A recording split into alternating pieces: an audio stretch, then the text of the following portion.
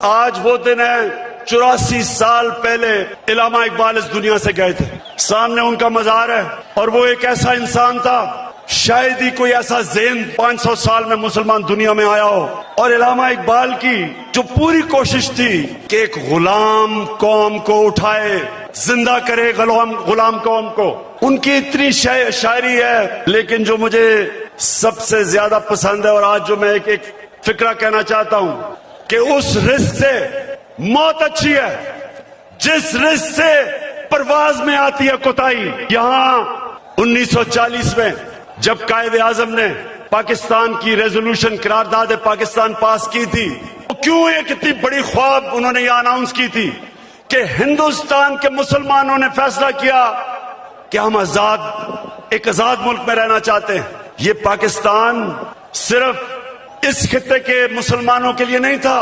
جو ہندوستان میں مسلمان جو نہیں پاکستان آ سکے انہوں نے بھی ووٹ دی پاکستان کے لیے، کیونکہ پاکستانیوں بڑی خواب کا نام تھا پاکستان. اور پاکستان کا جو نعرہ تھا، پاکستان کا مطلب کیا، میں یہ چاہتا ہوں آج کہ پہلے آپ لا الہ الا اللہ کا مطلب صحیح معنی میں سمجھ لیں. لا الہ الا اللہ کا مطلب یہ ہے کہ وہ ایک انسان کو آزاد کر دیتا ہے، ایک چھوٹے انسان کو ایک عظیم انسان بنا دیتا ہے. مولانا رومی نے کہا کہ اللہ نے جب تمہیں پر دیے کیوں چونٹیوں کی طرح زمین میں رینگ رہے ہو، کیونکہ لا الہ الا اللہ انسان کو پر دیتا ہے. جب علامہ اقبال کہتا ہے کہ پرواز میں کوتاہی نہ آئے، تو کوتاہی تب آتی ہے جب انسان غلامی کرتا ہے.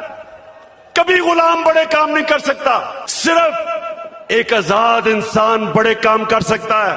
اور میں نے رحمت للعالمین اتھارٹی اس لیے بنائی کیونکہ مجھے احساس ہوا کہ ہمارے بچوں کو، ہمارے نوجوانوں کو سیرت نبی کا تو پتہ ہی نہیں ہے. ہمارے نبی صلی اللہ علیہ وسلم نے انہوں نے مدینہ میں انسانوں کو پر لگا دیے. وہ عرب جن کی کوئی حیثیت نہیں تھی، دو سپر پاور تھی دونوں طرف، پرشین اور رومن ایمپائر، بیزنٹائن ایمپائر، بیچ میں وہ عرب جن کی کوئی حیثیت نہیں تھی.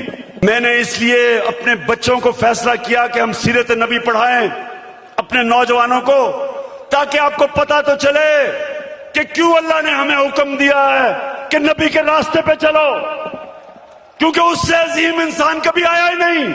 تو پاکستانیوں، میں چاہتا ہوں کہ آپ اپنا مقام سمجھیں. قرآن میں اللہ کہتا ہے کہ میں نے انسان کو اشرف المخلوقات بنایا، سب سے عظیم مخلوق.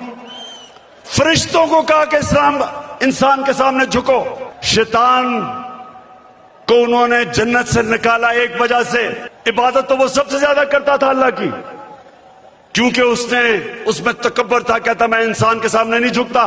اور اللہ نے اسے کہا کہ تمہیں بھی اندازہ نہیں کہ میں نے اس کو کیا صلاحیتیں دی ہیں. اور قرآن میں پھر یہ بھی ہے جب انسان اوپر جاتا ہے تو فرشتوں کے اس سے اوپر چلا جاتا ہے، لیکن جب وہ گرتا ہے جانوروں سے نیچے گر جاتا ہے.